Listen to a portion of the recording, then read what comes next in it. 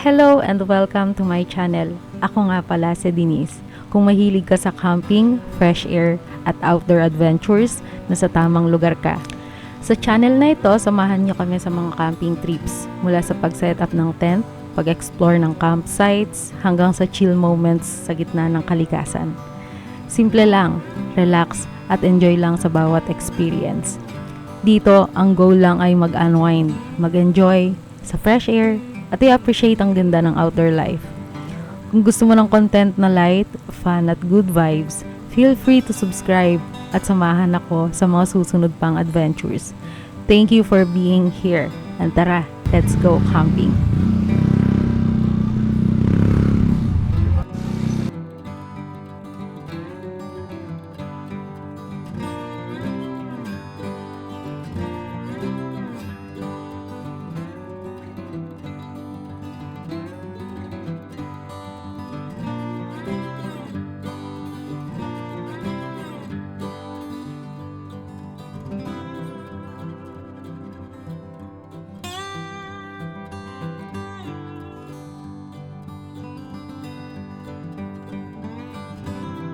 Dito nga pumunta kami sa palengke para mamili ng mga lulutuin mamayang gabi. So dito nga sa palengke nila is 10 minutes away lang to from Bukid Pamana. Pero syempre bumili na kami bago kami pumunta doon. At ayaw natin ng hassle, lalo na kapag motocamp lang tayo at galing tayo sa malayong lugar. Dito pala pwede nyo nang bilhin lahat ng necessity na kailangan ninyo. At sobrang laki ng palengke nila. Ayan, tapos na tayong mamili ng mga kailangan natin. At nakalimutan kong bayaran yung panty liner. Mapagkakamalan pa akong shoplifter. Ayan, papunta na tayo sa Bukid Pamana at see you there. Wala na nga masyadong ganap-ganap dito. Literal na papunta na lang kami sa Bukid Pamana. At doon na lang tayo magkwentuhan.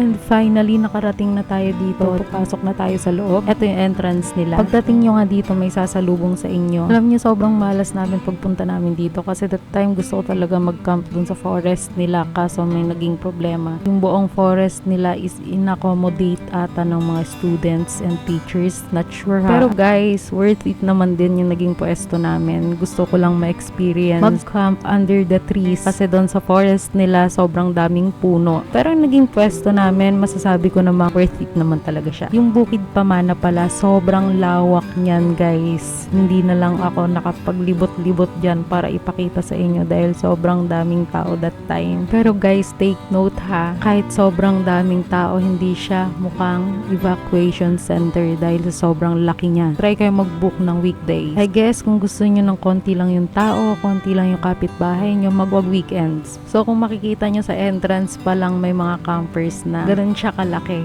So dito pa sa kabilang side. And guys, take note ha, may swimming pool pala to. Diyan sa kanang side. Di ko lang napakita sa inyo kasi may mga nagka-camp din dyan. So nakakahiya naman kung magpalakad-lakad tayo. Basta kapag ka nag-camp kayo dito, pwede kayong mag-swimming. Hindi lang namin nagawa dahil sobrang lamig. Literal na malamig. Pati yung tenga ko, yung batok ko lumalamig, sumasakit na. So dito nga nag-uusap kami ni Jowa kung saan kami po pwesto, tabi lang ba ng forest o sa kabilang side na lang. Sobrang undecided kami kasi ang gusto ko talaga sana is sa forest, pero no choice, dun talaga kami sa kabilang pwesto. Eto pa nga, pinapasok ko siya dun sa tabi ng forest kasi gusto ko talaga dun kahit sa tabi na lang, basta dun lang sa may mapuno. Pero wala talaga, hindi kaya kasi may mga nagka-camp. Kung makikita nyo din, pagpasok pa lang namin may mga campers na. Kaya sabi ko kay Jowa, sige na dun tayo sa kabila. Pero guys, wala naman kaming pinagsisihan kasi dun sa kabilang side naman maganda din talaga. Gusto ko lang talaga yung sobrang mapuno, ganun. So yan, magsiset up muna tayo ng tent.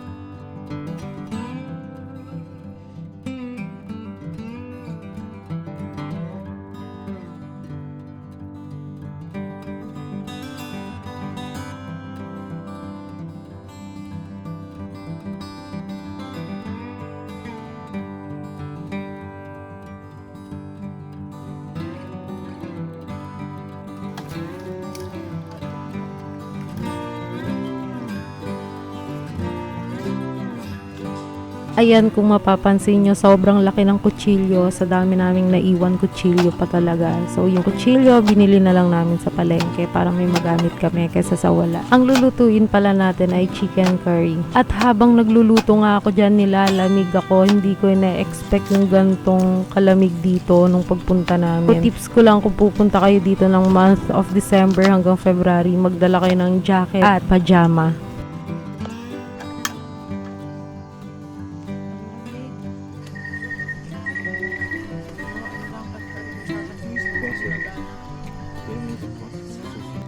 Iniwan nga muna namin yung niluluto ko doon at bibili tayo ng kape. Nga pala dito may pantry na sila at kung gusto nyong magkape, pwede na din kayong bumili. Syempre may pahinga na din sila habang nag-aantay kayo. Magkakape muna tayo bago tayo kumain kasi sobrang lamig talaga.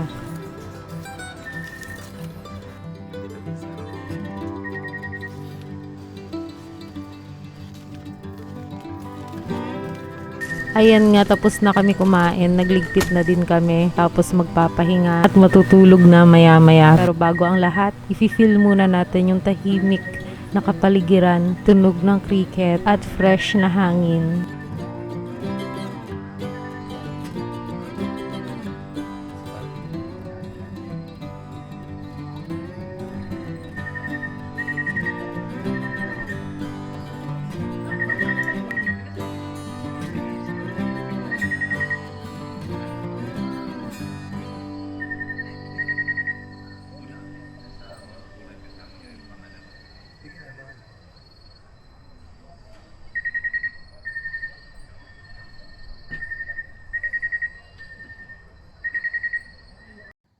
Morning talaga to guys. Sarap matulog. Para akong naka-aircon magdamag. Tignan na natin yung view sa labas.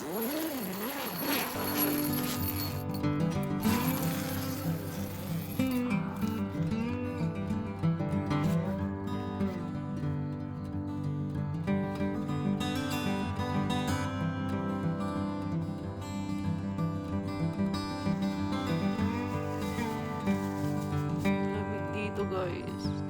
Hilamos tayo. Eto nga pala yung CR nila, 3 cubicle na yan. Pwede ka na din maligo kasi may timba, may shower na din. Tapos sa labas, pwede kang maghilamos, maghugas ng mga plato, and so on.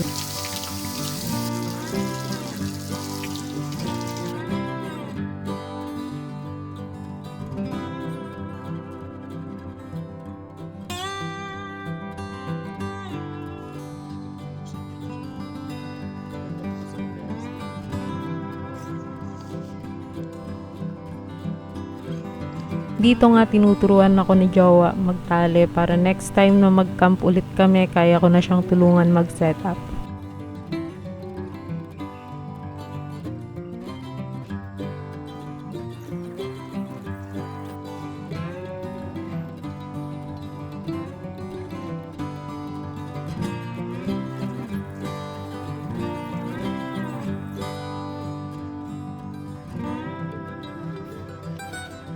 At bago ang lahat, magligpit na tayo dahil mag-check out na tayo. Thank you so much sa panonood hanggang dulo. Sana na-enjoy nyo ang camping at nature moments namin. Kung nagustuhan nyo ang video na to, huwag kalimutang mag-like, mag-comment at mag-subscribe. At samahan nyo kami sa marami pang camping at nature adventures sa mga susunod na videos.